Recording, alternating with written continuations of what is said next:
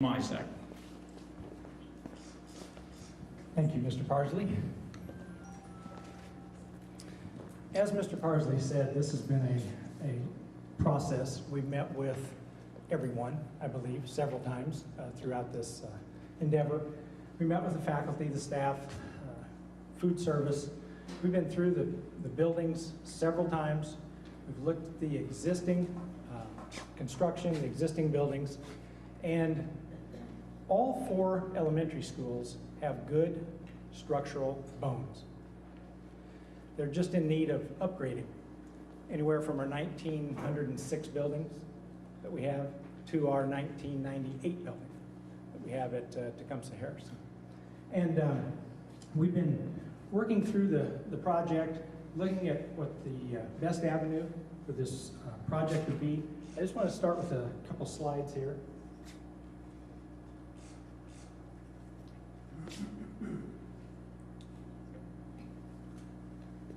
I love technology. Yeah, click it.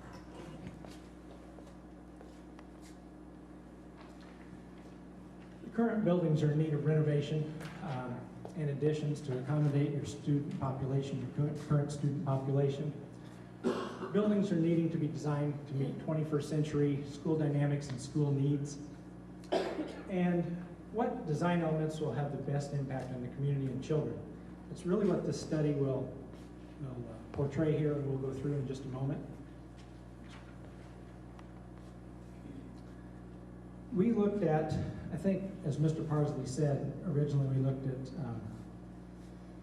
remodeling maybe 3 schools, taking Riley and turning it into an alternative school. As we got into this study, what we felt best for the community was to keep all 4 schools active as elementary schools.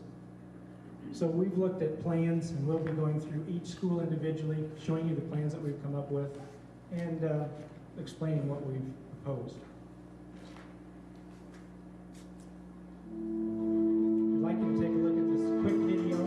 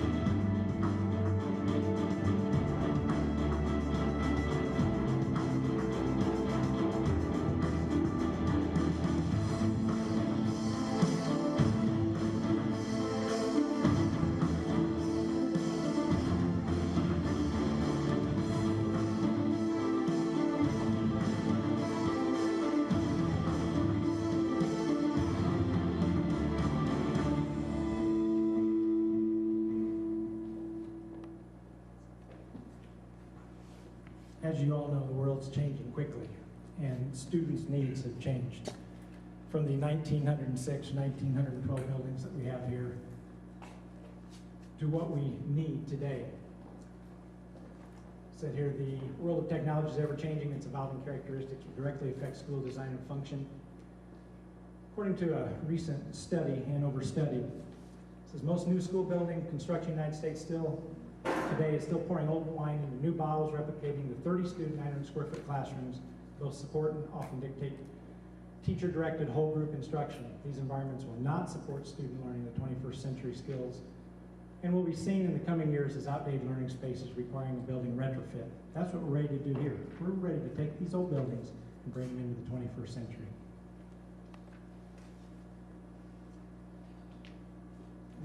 There is a growing belief among several groups that traditional model school design not conducive to teaching and learning the skills necessary for success in the 21st century. At the bottom of that, it also says, additionally, schools that are lacking natural light, clean air, comfortable temperature are also detrimental to learning.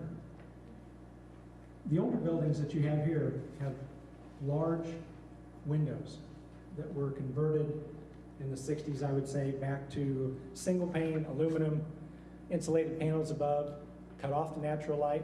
What we'd like to do is open those back up. I know I've used this example before, but if you've gone by Clark's Crossing on 6th Street, the old middle school building, you see the windows that are opened up. Those units have natural light that can be controlled from the interior, but it completely changes the building and completely changes the atmosphere within the structure and within the classroom. Let's see, maybe we got it. The Design for Learning Forum claimed that daylight and clean air have been proven to contribute to increased student achievement. And there are many studies, I think Mr. Parsley talked about this before, that actually show the facilities have an impact on student performance. But they're saying students' learning rates have improved between 7 and 26%, and classrooms are exposed to adequate daylighting.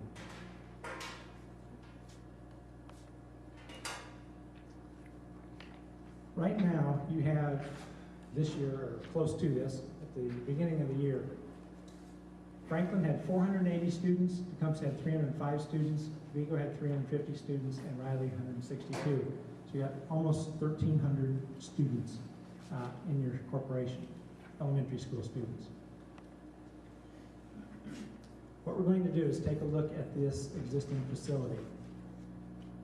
We're going to start with Franklin since we're here. And we will go through the existing plans, and then we'll show you what we're proposing for the new plans for this building.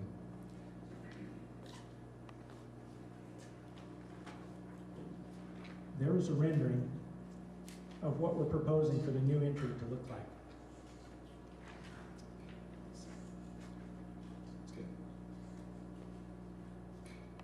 After meeting with the staff, the principals, everyone, one of the issues here at Franklin is parent-teacher pickup, bus interaction, safety for students. You know, if you parked out there and you wait for your students, what it's like around here. So one of the main factors that we looked at in this and all the other schools was to adapt the site and the parking, the pickup, the buses, and interaction between all of those. So that kind of drove the design for these new buildings. I've got the internet, thanks. At this building, we have the 1912 building. There's 61. Forbes Road is over here. We have the 1953 building and the 1964 edition. And then in this building, we have 2 stories in each one of those areas. One of the things that we'd like to see incorporated into these new structures, because there will be new structures when we're done, is the development of new colors, new lighting.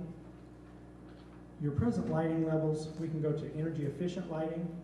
We can go to an energy efficient heating and cooling system. We will upgrade all the plumbing fixtures. We'll replace all the ceilings. We'll replace the finishes. So in essence, you will have a new structure when we're done with this project. We've got some examples of different arrangements. One of the things we've really looked at in this study, we've taken a look at furnishings within the buildings and within the classrooms. Right now, we would like to see an updated version of the furnishings that you have, which allow teachers to move things around the room, meet in small groups, meet in large groups, meet individual instruction. several things that can be done within the classrooms.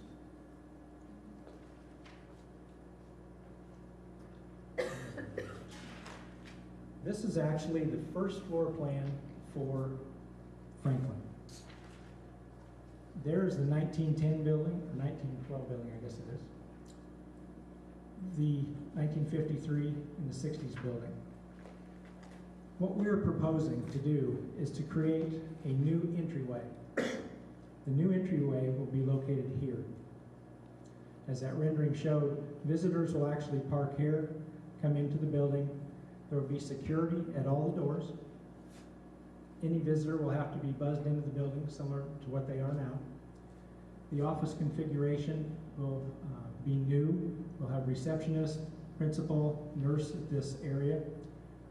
The connecting corridor that you walk down now will be removed, and we'll actually infill that with new corridors. One of the things that we've run into in all the older buildings, and when we update these buildings, we're going to have to add elevators. So for handicapped access, we're going to add an elevator here, and we're going to add restrooms.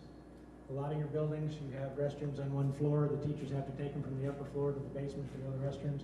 We're going to incorporate new restrooms, new elevator, and with this particular building, since you have separated structures that are both 2 stories, we're going to add a second elevator here. One of the things that we discussed as we were going through the study was cafeteria needs. And this school does have separate gymnasium and cafeteria, but the cafeteria is not large enough. We talked to Mrs. Pancake, and she said the students are just too crowded in that area. So what we're looking at doing is increasing the size here of the cafeteria and rearranging the kitchen layout and adding 2 serving lines. That was one thing that came about from the study. We can get students in through lunch and out faster by adding 2 serving lines as opposed to 1.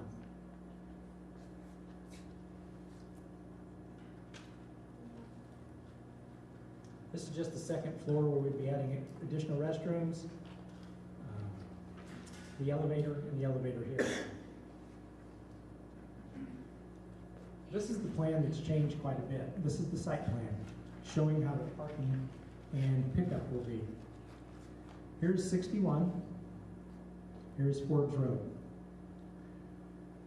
We would still keep faculty parking in this area, but there would be no parent pickup off of 61 to eliminate that traffic congestion. There would be an entrance here, which is very similar to what we have now for the buses. We would have visitor parking here. So they would park, come in to the main entrance. The buses would actually come off of 61, park here, and exit on the Forbes Road. This would be an overflow parking lot for faculty and staff and for events that you have here, chili cook-off, that type, or chili supper, that type of thing that you have here. What we have done, and through much discussion, was looked at 2 different parent pickups. One, you would come off Forbes Road, you would stack here, pick the students up, and then exit. That would be for K through 2, and then this pickup would be an additional lane, an area for parents to park, pick their students up, and that would be 3 through 5. So what we've done is we've separated faculty, visitors, buses, and parent pickup to increase the safety for the students.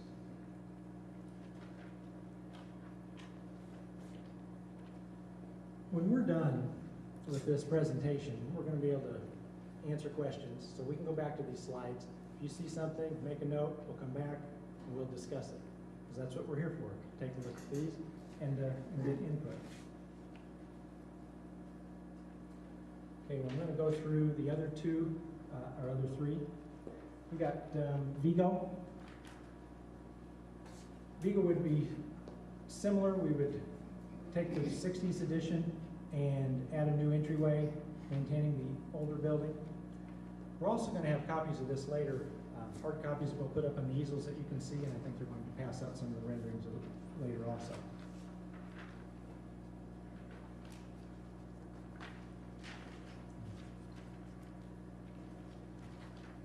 one of the things that we've looked at is how can we take these older buildings and renovate them and make them have the students excited about being in the classrooms. So we're looking at different unique items that we can actually put into the classrooms. And these are just some examples of things that we've seen really throughout schools in the United States. Reading nooks, and that type. Nooks. Seating. In this classroom here, I know the lighting isn't great, but there's beanbag seating, different types of furniture that we can incorporate. At Vigo, what we were planning on doing is, this is Main Street, this is 15th Street. The entrance to Vigo is on this corner now. We would move the entrance to the center of the building, add new office area, new main entrance, convert this to classroom space and a student or a teacher's workroom. At Vigo, we also have the same 1900s building.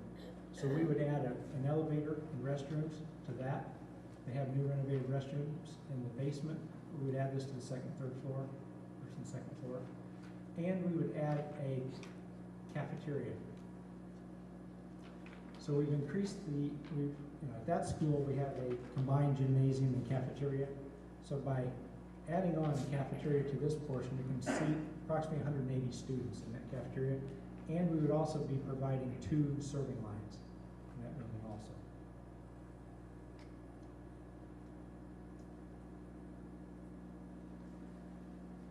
The traffic pattern has changed at Vigo also. If this is Main Street, here's 15th Street, we would have visitor parking and drive up here. The new entry would be located there. The buses would come in off of this street, turn, park, students would load the buses and come back to the intersection. Faculty parking would be along 15th Street. And then off of Main Street, this would be parent pickup. We would have stacking here, parent pickup, and then exiting back onto Main Street. What this does, it gets all the cars off of Main Street and all the backup traffic in that area. And again, we've separated buses, faculty and staff, visitors, and parent pickup for safety.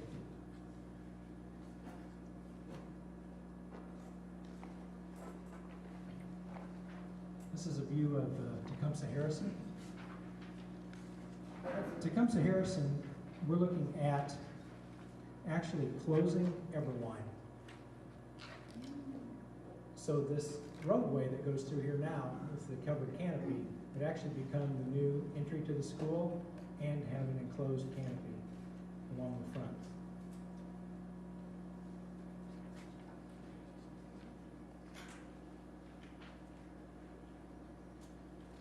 Those are the existing plans.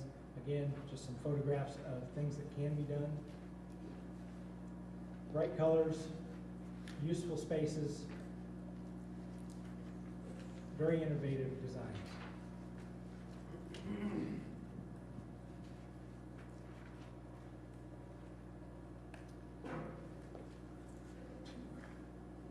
In Tecumseh, we'll get you oriented here. Here is 2nd Street. Eberwine cuts through here, and Day Street is along the back. What we're proposing is to close Eberwine, make this the new office area, new entry, new corridors, and close this area. And also at this school, since they have a common gymnasium and cafeteria, we would be adding a new cafeteria. Again, similar in size to the Vigo cafeteria. And in the 1900s building, we'd be adding an elevator and restrooms. Again, on this floor and the upper floors.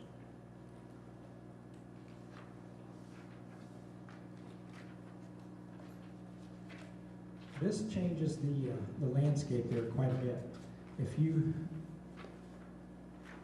presently, when you turn down Eberwine, I know it's closed during the day, this street is open. This is where the new office area would be. This would be the visitor parking. They would park here, come into the main entrance here. We would enclose this connecting walkway. Our new cafeteria is located here. And students would have access through this building to get to the playgrounds.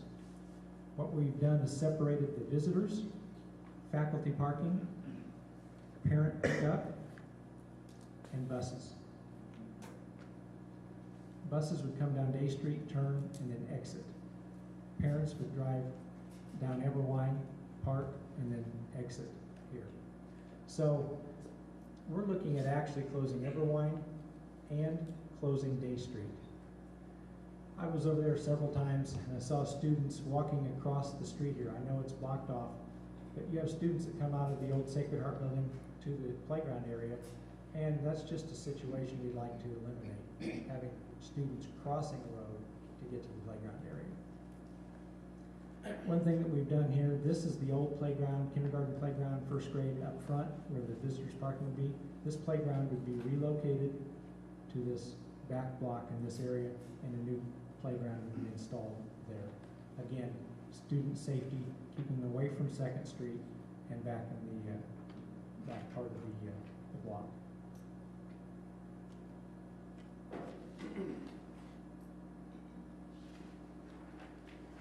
Now, Riley is probably in the best shape of all the schools.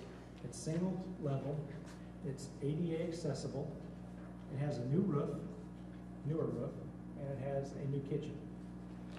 So there's been quite a bit of work done to the Riley facility.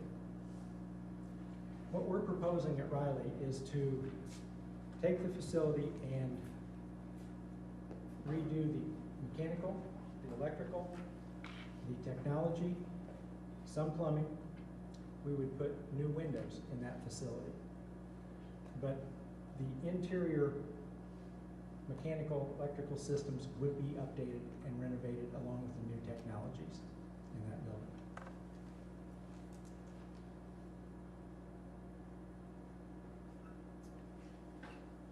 I'm just going to run through quickly the square footages. At Vigo, presently you have 54,000 square feet.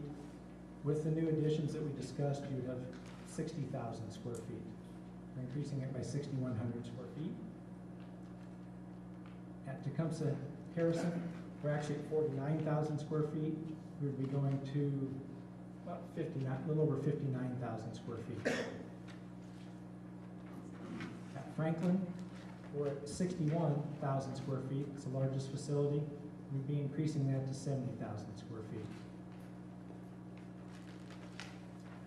And at Riley, we would not have any additions. We would just do the remodeling, and we'd be at 26,000 square feet. Here's the total cost breakdown for all 4 renovations. We go to Tecumseh Harrison, Franklin, and Riley. Total cost of the project be $36,597,572. So we're looking at $36.5 million total cost. One thing we were asked to look at in this study, if we didn't keep the 4 neighborhood schools, what about building one new school out by the middle school, high school? Presently, you do not have enough land to build a 1,400 student facility out there. It will not fit. So you would have to look for additional land. There is land that can be purchased that we looked at out there, but the cost of acquisition, the cost of infrastructure, the cost of the new building, our total cost for a new structure for 1,400 students is going to be right at $50 million. What that does not show is the cost of keeping these buildings, the 4 neighborhood schools, insurance, utilities, maintenance, upkeep of these 4. So you're going to have additional costs on top of that. And we're adding 1,400 students to Main Street and that complex out there. Main Street, Hart Street, House Boulevard. So if you think the traffic's bad now, wait till if we added 1,400 students out there. So that really is a quick synopsis of our presentation. I think, Mr. Parsley, if you want to address some issues. Sure. We provided the green handout when you came in. Has a lot of different questions and answers for which you can take a look at. There's some of the items that I do want to go through. One of the things is Andy presented, and you looked at layouts. You have to almost look at it as if it's a blank slate, because how we look at it today is not what it would look like with a complete redesign, rebuild. You know, one of the things that I included in the handout, art room. The art room right now, we create the art room by our maintenance going into a regular classroom and making that an art room. We would add it or make it a true art room. Music in terms of could stay on the stage, but it would be in a much more preserved way in terms of where you're not hearing all the sound and upgrading that.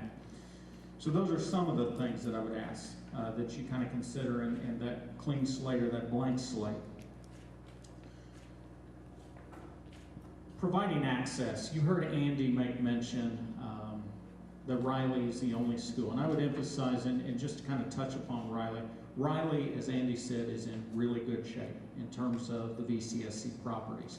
But when it comes to the other properties, and this being one of them, it's difficult for people who have mobility issues to come into the building. It's difficult when we have students who have mobility issues.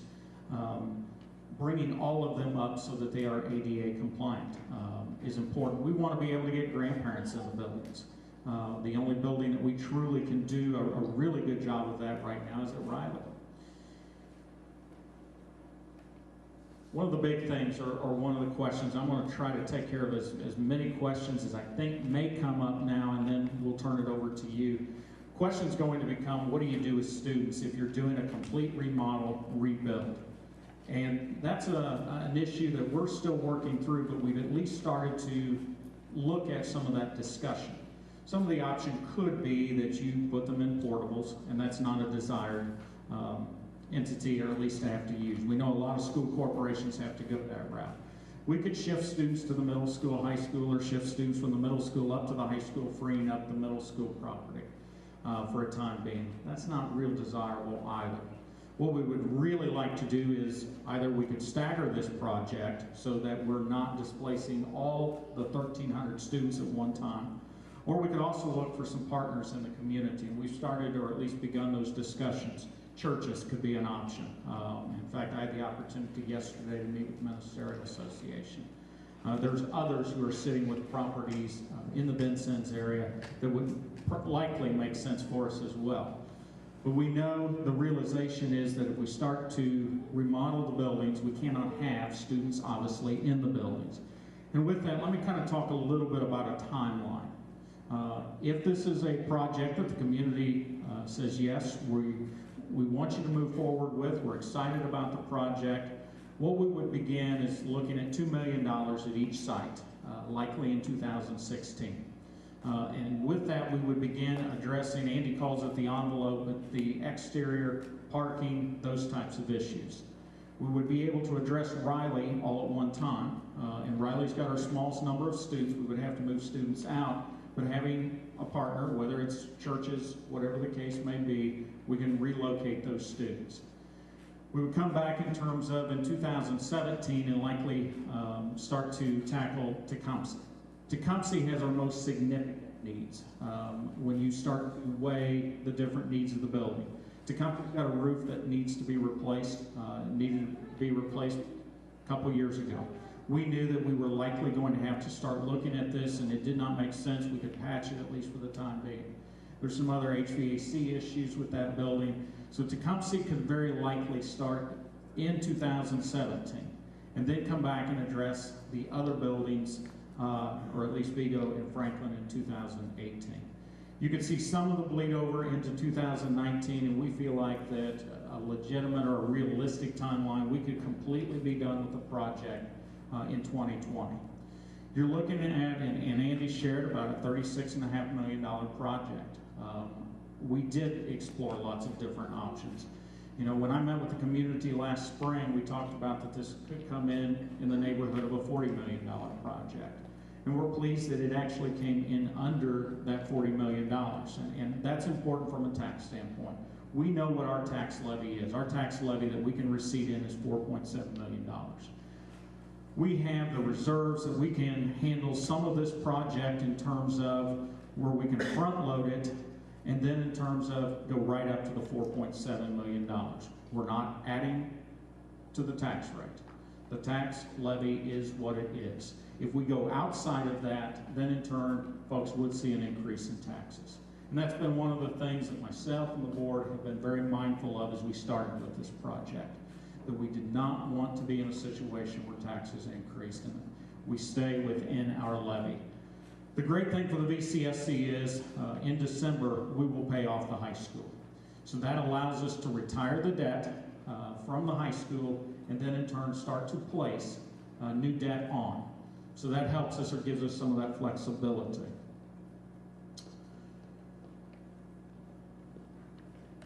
I think for the most part, I've covered a large part of what we needed. I am curious to see what kind of questions that you have. Some questions may be for me, some questions may be for Andy, some questions may be for the board. So with that said, I'm going to turn it over to you. Randy. Real quick, out of all the 4 schools, are you looking to either enlarge or incorporate classroom size to make either a bigger one or separate some larger rooms into smaller rooms? Is that all incorporated into the game plan of what you're trying to do with the 4 schools? That's a great question. I'll go back to the comment that I made in terms of that it can be basically a clean slate, a blank slate. Now, some of the walls are obviously load-bearing walls, but we can do and clean up some of, if it's a extraordinarily large room, we can bring it in terms of with a wall and create 2 classrooms out of it. We're not adding additional classroom space as you looked at what Andy provided, but one of the things that we did take into account, I hope this corporation, I mean, we've been pretty level for the last 5 years. But if this school corporation were to start to grow, one of the things that their plan takes into account, there are or is opportunities for additional build out if that needed to occur within the existing setup and structure. And that was one of the things that we were very cognizant of. Whether I may no longer be here as the superintendent, we may have a different board. Whoever is sitting in that or in those different chairs and shoes need to have the flexibility to go out and do some of those things if the growth's there. We'd love to see more residential areas, obviously in Vincent. You have more residential areas, that translates to hopefully more students, but it also translates to more tax dollars to work with. And that's one of the things that, Mary Yoakum's here tonight. We've had discussions with the Redevelopment Commission about looking at some additional residential areas, because those things could trigger some growth that would be to our advantage, and being sure that we have the building set up that we can incorporate. Other questions? Gary? It looked like you absorbed quite a bit of the playground here. What are you going to do about that? Another good question, and I don't know, Andy, if you want to put that slide back up. As you look at what he's got, actually the playground stays within the parameters of the K through 2 and the 3 through 5 parking lot. So we would still have a play area. The thing that we would notice more so is this large area that sits right out here where we would turn the buses into, where you do see the kids play softball, baseball, and so forth. We would lose some of that space, but we would still have plenty of green space, and then being sure that we did a major playground remodel. I'm going to say it was 4 years ago. We really want to keep that. We spent about $250,000 on that playground when we updated it for all 4 elementary schools. So that's one of the things that they were very cognizant of as they were looking at the buildings to be sure we could keep that. I noticed that in each of the buildings you had a, with the renovation, you had a per square foot per student. And I noticed it was somewhat different in each building, and I'm assuming that you are well within the guidelines that the state requires for space for kids. Yes, that's one of the things that Andy took into account, and right from the very beginning he told us in terms of this is what we have to have by code. I wondered why there was no cafeteria at Riley is our landlocked property, and we talked about that last spring. Riley presents some issues in terms of just the layout of the way that block is kind of set up. It's almost like we own an L. When you look at the property, we created parking a couple of years ago for the staff, in large part to pull them off the streets so they weren't on Upper 11th or on some of the side streets. We've got that alley that runs behind, and then we've got the playground and a small green area. One of the things that we just, based upon the dollars and trying to be mindful and knowing that, as Andy said, that Riley is in good shape, we elected to leave it and not add square footage to it for the at least time being, because it would have to go out into the faculty parking if we did explore that. Last question, maybe. Oh, maybe. I know that each of the buildings is very different in square footage. I also noted that their enrollments were pretty different as well, and I know Franklin's pretty packed right now. After this is all said and done, is there any interest in possibly redistricting? That's a super question, and we've started to have the discussion with the board, because I think we're going to have to look at whether it be redistricting or our limited choice policy, because we have limited choice in large part right now. Parent fills out the form, you can send your student wherever you want to, or to any one of our 4 elementary schools. The only catch is we're not going to provide transportation if you're outside your area. We've started looking at some different policies at other schools. This building itself is maxed out, and that and I think we're also hopeful that if Tecumseh, and knowing that it has some of the most significant needs, that folks may want to gravitate back into that building, because we've had some students gravitate away from that building. And if it's the first one addressed, and it's the first truly, I'm going to call them brand new facilities, that hopefully we can keep them in the Tecumseh School District, because that does present a problem for us. But redistricting, also with that, looking at our limited choice is already being looked at. Yes, sir.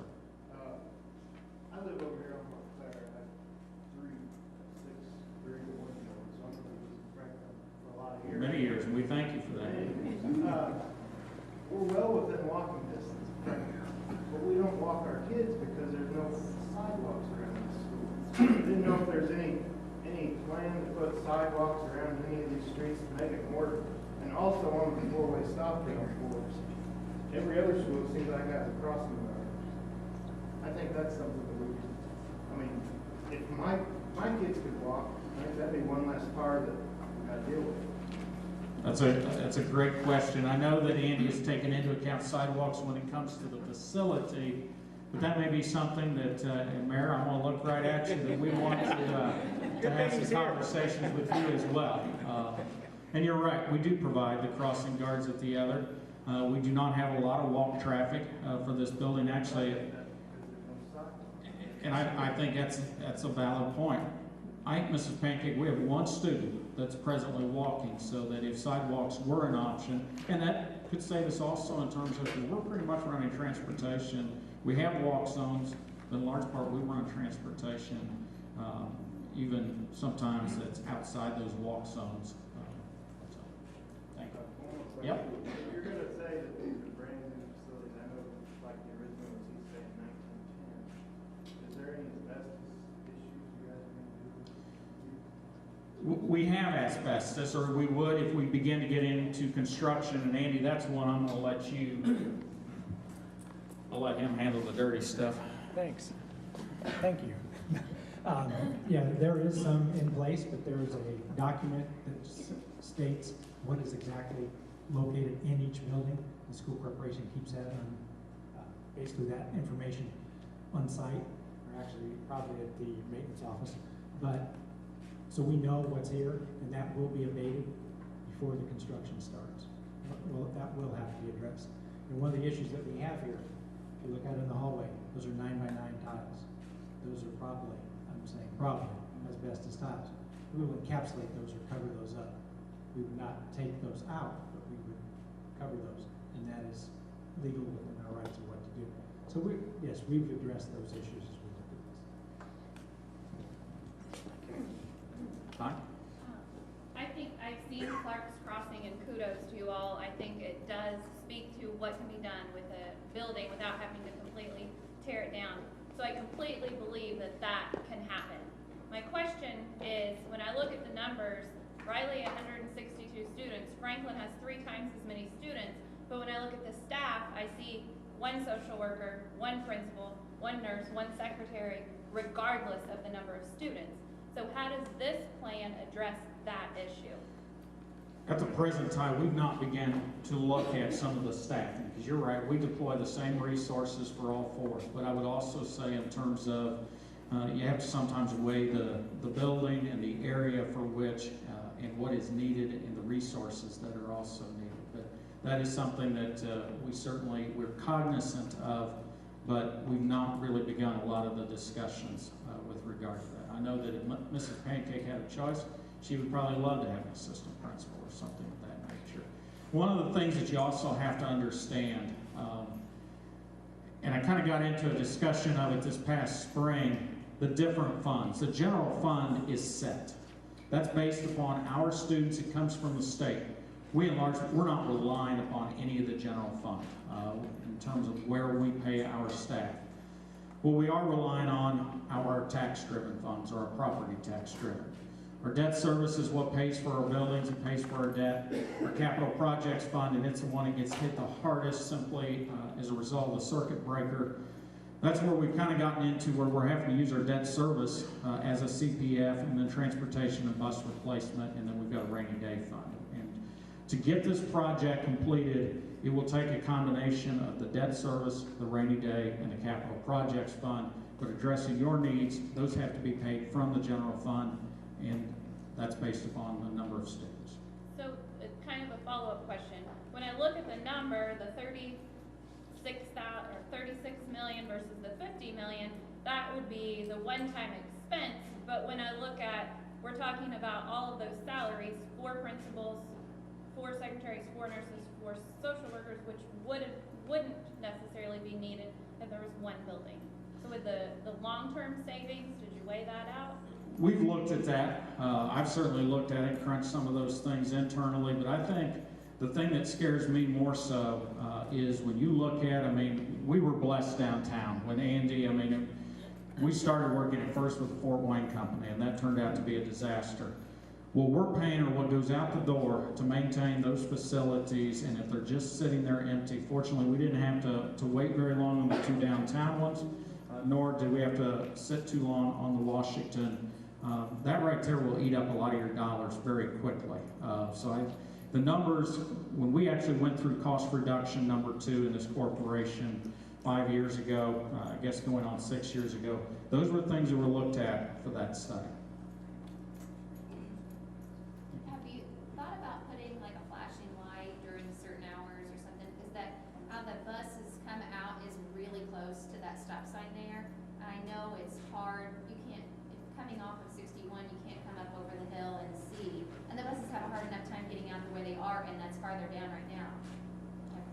Is that anything? We've not, just to be very honest, we've not looked at that at the present, but that is something that we can certainly explore. Regarding, well, I also agree with the playground space concern, because that has been a big plus for the Franklin. There again, even if you section it to K through 2, 1 recess, 3 through 5, another recess, that's a lot more children on the playground, and you want to keep that space there. And also for PE, that kind of thing when it's outdoors. The other thing is, I really wonder, is Forbes Road designed? I hate 61, that scares me to death out there. And I've seen the 2 lines in front of the old building of cars with a teacher sandwiched between them, directing traffic. That scares me. I think it's too bad that we have professional staff that have that kind of risk. Plus, that's time away from their classroom, or when a parent stops by after school, or they need a conference with a parent, that maybe that's appointment time they could have taken, and that takes them farther into their day before they can be back in their room. they're doing traffic duty. And I saw one day, you know, one of the teachers out there on 61 with a stop sign. And living here for almost 40 years, we see how fast they whip around those curves. And they've been very fortunate that there has not been anything. And I wish this could be addressed before Franklin being the last one to be taken care of. But also Ford's Road, is that really set up to handle all that traffic going out that way? It's not a very big, wide road. Yeah, I can't in terms of answer. We believe that Ford's, I understand your point. I want to get back in terms of your comment that Franklin, in addressing these needs, would be last. Actually, we would address those first, because within the $2 million, we would do $2 million at each of the 4 sites, address all of Riley. I may mention, Andy keeps calling it the envelope, but the exterior, we would start to address those things in the very beginning, because student safety, staff safety is one of the things. And when we started this project, and we said last spring, you know, if anybody certainly has been around here at dismissal time, we know it's, and you're right, we've been blessed that we haven't had somebody hit. Vigo probably poses our worst situation with Main Street. So that was one of the things that they were very cognizant to be sure that we're pulling that traffic off of our existing areas and hoping to avoid any of those unfortunate situations that we've just been very lucky with to this point. And then the costs with the asbestos, you said you're aware of where that is and what would need to be done. Also mold. There has to be mold in these buildings too. I mean, has that all been included in the cost figurings? And yes. That couldn't raise it more as you get into the... No, unfortunately, I mean, those are the things that we are scared of, but we also know they're here. I think that's one of the neat things about partnering with Andy. Andy's been through one of our old buildings.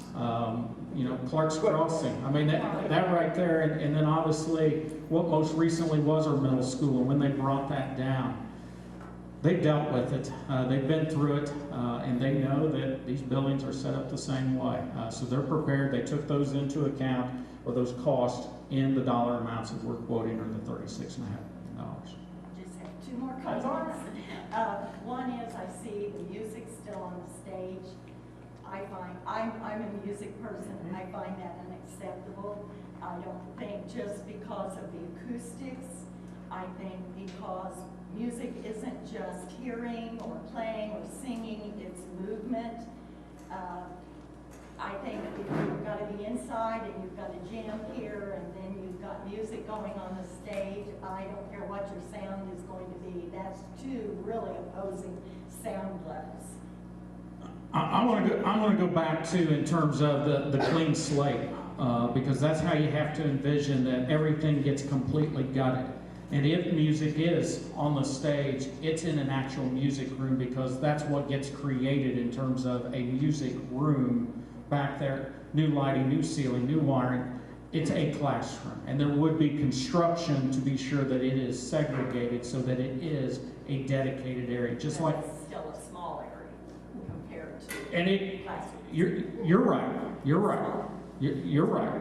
But there are some options, and that's where, as I stated, you can't look at it in terms of, or think of it as the existing setup today, because walls can be moved and things can be relocated and so forth. So, but your point's well taken. Well, and the one final thing is, and I brought this up last spring, is that this has happened for years in the system. And you mentioned possible redistricting or possible look at the limited choice option and all of that. But I just continue to find it unacceptable that school starts and then you find a need to add a classroom, pull students from other classrooms that have already started out the year, the first week or 2. And I just wish there would be an extra room or 2, and that would be looked at more closely before school starts, and not wait to see the whites of their eyes, when many times that can be anticipated at least a week or 2 before school starts. You've got a teacher sitting right in front of you that moved. And I Thank did you that- for, by your choice that you. And I did that more than once, and I've had grandsons that have done that, and I don't like it. One of the things that this building here actually gains is an additional classroom, because where your existing office area becomes an extra classroom. But I understand, and we've talked about that before, we talked about it in the spring, and I fully understand where you're coming from. That's it. One more question. Yep. I just caution that if you're gonna be, I hope you do your due diligence if you're gonna be taking our kids into a non-school setting. Like, I just don't want, like, my kids to suddenly be going to the Pantheon Theater or something like that. Oh, come on. I hope you do your due diligence on like fire safety, all that good stuff, just so I don't worry about my kids going to somewhere that I just don't like. And that's where, I appreciate your comment. That's where we're really intrigued with churches, and especially some of the larger churches in the area. We also, because one of the many things we've already had to start taking into account, that if this project is successful, we're relocating, we have to have kitchens or kitchen spaces. We need areas in terms of where kids can play, whether it's a gym. Several of our churches have gyms and those types of spaces. We also need areas where we can get buses in easily, and that can also handle parent traffic. So we wouldn't just stick them in some remote building and say, oh, this will be a good place for a year or whatever the case may be. We want the absolute best. And I think that's also where we the realization we may have to look for where we would really like to shy away, because those are less than ideal as well. I mean, I don't know why it's there. Stuff like that. There are a lot of different facilities. There are some that I do not want to mention because we've not really begun any discussions, but there's a lot of different options, I think, that the folks have buildings, safe buildings, buildings that meet all the code, that we would be very comfortable, and I think you as a parent would be very comfortable, because that's certainly our forethought. Other questions? Just wanted to add one thing. We talked about it somewhere else, about churches where security can be having locked doors. Actually, that was one of the things that was interesting when I walked into the Ministerial Association yesterday. They did not know why I was coming, other than the guy who heads it up knew why I was coming, but the rest of them did not. And I was just sitting there listening to some of their discussions, and they were actually talking security of their buildings and how their buildings are set up. Obviously, that's something we've already been through as a school corporation, but it's obviously, and that just gave me that much more security, and sitting there thinking churches could be our best partner, because they've already and are starting to address their security issues. Tony?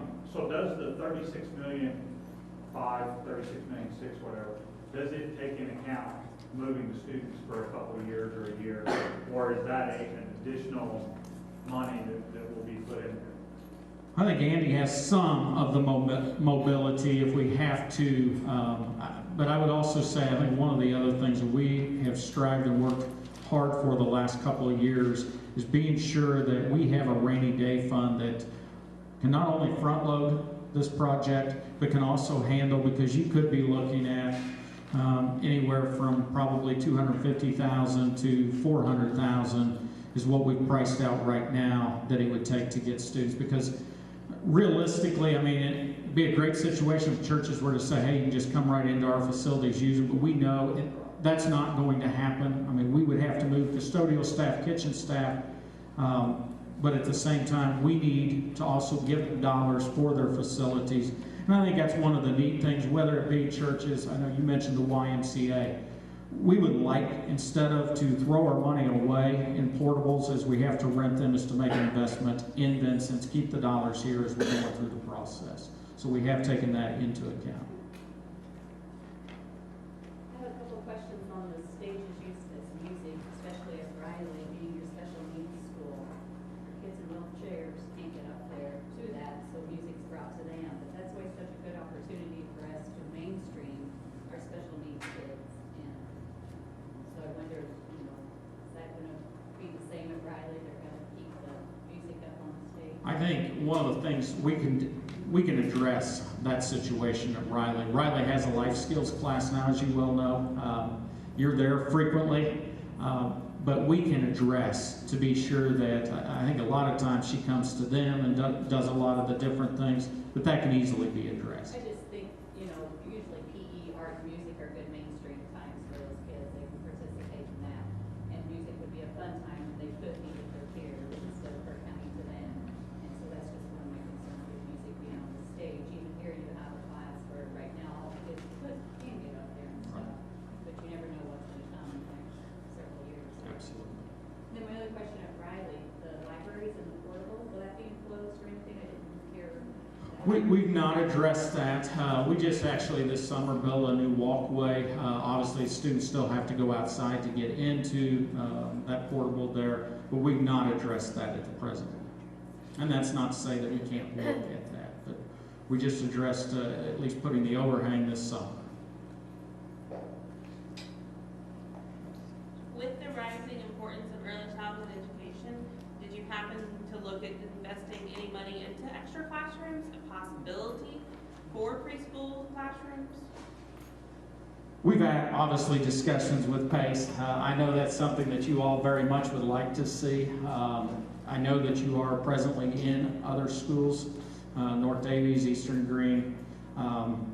You know, we talked about there is going to be an additional classroom here. We've talked about that the opportunities are there in time. At the present, in terms of we're looking at the existing structure, but again, recognizing and realizing it can be a blank slate inside where some of those things could be looked at. And that's a conversation that I and the board, I mean, we've looked at that in the past. It may be a situation where we need to readdress or re-examine that. Just real quick. Yep. With the renovations of the four structures that we're talking about tonight, how much improvement will be to like safe areas for bad weather? I think, Andy, in terms of that may be a question that I feel more comfortable with you answering. Thanks. I give you the nice ones. Thank you. We would take a look at that. Since we're not adding new rooms, except for the cafeteria, one thing that we've been doing is some research. And in Oklahoma, what they are building now are gymnasiums or cafeterias that can house students as safe rooms. But the cost is what I'm trying to find out, and I just don't have that answer for you tonight. But we are looking at that as an option.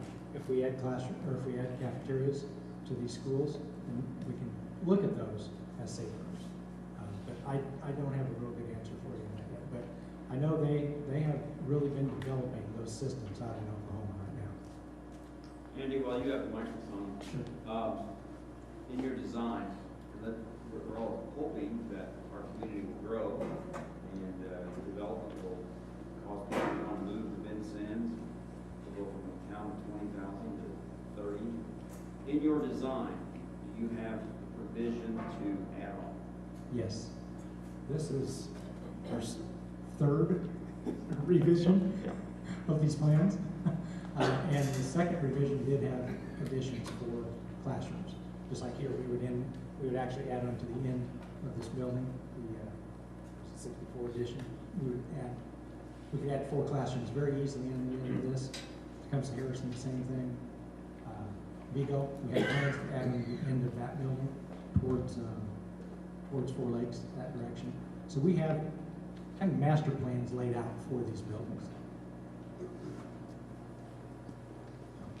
I mean, Gary, that's one of the things that we were most concerned about, because we hope we are going to grow as a community. And if that growth were to occur, whether it be with some more residential or industry or whatever the case may be, to be sure that we've taken that into account. And I think also one of the things, and it'll get into kind of a financial situation, one of the things that we also wanted to be very cognizant of is how we put the debt on and how we structured the debt. And beginning in 2020, we've left ourselves a cushion so that if we did have that growth, that we could come back and start to address those things so that we're not maxed out right at that 4.7. And I hope that's a discussion we're having. Going back to first playground question, just to clarify. So at all the schools, the plan is to retain the current equipment and place it someplace else, no new playground. Large part, we're not going to disturb a lot of the playground areas, or at least the existing structures. The one that becomes the issue, Andy touched upon it, it's Tecumseh. It's where the kindergarten, the first grade uses it out there on 2nd Street, is relocating that in the back. Okay, and Carly has, Carly? in regards to your student pickup, you said that grades are gonna be separate for one parent pickup here. What if you're, like, a parent has more than one child in these two separate grades? Which pickup would they go to? Sure. Carly, that's actually a question that I asked last week when we looked at the first one to Mrs. Pancake and Andy. What you would do, the older sibling would actually go get the younger sibling and bring to where the older sibling pickup is. But great question. Did you say there won't be new playground equipment? No, in terms of that, we will leave the existing, we put what turned out to be a $250,000 upgrade. It was 4 years ago that we actually did that project. We will leave the playground equipment as is. Tecumseh has to have some equipment addressed because we would be relocating. That large piece of equipment was put in the year I left Franklin, and I'm 36. We added some equipment here because we actually did all 4 elementaries. I joked that I would never do another playground renovation after we went through, but we did add. I know there's at least one piece of equipment out here, but we added equipment at all. Small, but that's the large piece, the main piece. It's in bad shape. And then we may have to look at Yeah, it. we need to look at. I mean, I think we need to look at it. Okay. Small. We will look at it. Okay, The that'd be playground. great. And then will there still be a fenced-in area where the field is right now? There'll still be a portion of that will be used? Yeah, we will. Is that right? Yes, we will, and we will also still keep the area secured with the fencing. I mean, we've also at 3 of the 4 sites, we've installed new fencing to help contain the students. So yes. Will it just be moved in, or will There will have to be some new fencing installed to go along with the existing, but also keeping a lot of the existing in place to be sure that we've got the area secured. Other questions? Did you guys have it? Oh, yes.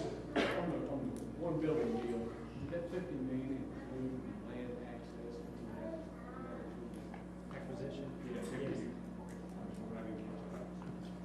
Did you guys, I'm sorry, Tim, Suzanne, Dustin, one of the neat things, we did it last spring, is being able to, not only are we live streaming it, but also through the social media, and they can pick up different questions. I think it's just, we've tried to provide as many different avenues for people that possibly want to attend. We've obviously got 4 more opportunities for them as well, but you guys have no questions, or that we've not answered. And I would want to remind everybody that we go to let artists conceptual renderings of the building so they can look at it and take with it as they go. Okay. They have the renderings in terms of, you've seen them. I know Andy's going to put them up here at the front where the board's seated as well, so that you can actually come up and see some of the larger. But if you want to take one of them home, be sure, if you didn't already grab one of the green sheets, we'll keep that updated as we go through the process, and we hope that you'll come to other forums. Next Wednesday, we're back. In fact, we're at Riley, and then we finish this, and I think it's just fitting for this project, and I'm appreciative that Andy was able to work it out. It helps. He's certainly with Clark's Crossing and the job that he's done, but we're going to end with Clark's Crossing, and he's going to have us in the community room so that you can truly see, if you've not seen, what you can do with an old building and basically make it brand new on the inside. And we're excited about that. That's where we'll end. So, with that said, I thank you very much for coming. If you have questions, we'll hang around.